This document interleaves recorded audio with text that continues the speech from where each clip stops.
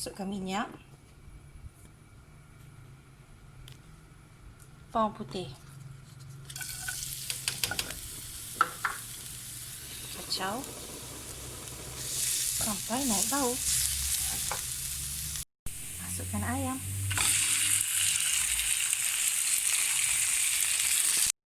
kacau, masukkan air dan biar mendidih. Jangan lupa masukkan stok ayam. Kalau suka carrot tu lembut sikit, masukkan selepas masukkan air. Okay, dan biar dia mendidih dan carrot tu akan lembut.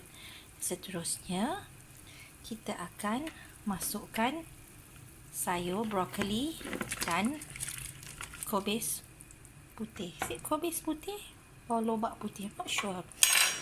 Cabbage. You can put cabbage. Kobis boleh letak apa-apa sayur kesukaan lah. Tapi saya sukakan brokoli dan cauliflower ni. Dan masak sampai dia mendidih lagi sekali. Tambahkan sedikit oyster sauce dalam 1 teaspoon. Masukkan lada sula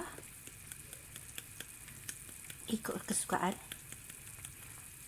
Sekali masukkan tepung jagung dan kacau. Kuah akan menjadi sedikit pekat ya. Kita tak nak dia pekat sangat, kita nak dia macam pekat-pekat sikit.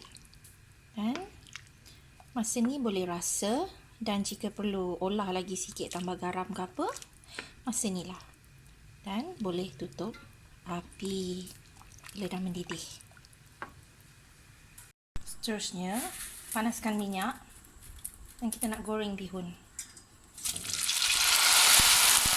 sampai begini, dan kemudian kita angkat. Seterusnya, dan step akhir sekali, panaskan minyak, tuang telur,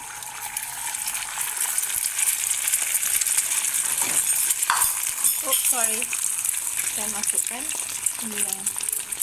bihun yang telah digoreng tadi. Nak kasi dia cover sikit. Tekan-tekan. Kemudian kita akan terbalikkan dia.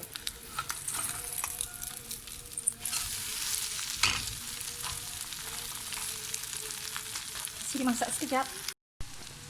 Api dah boleh tutup. Kita nak angkat ni.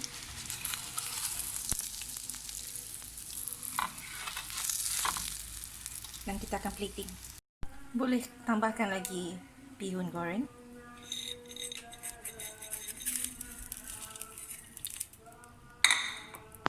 Dan seterusnya, kita boleh letak kuahnya.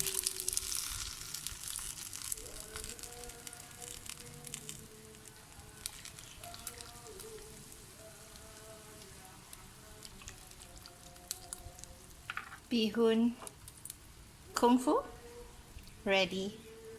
Selamat mencuba. Selamat menjamu selera.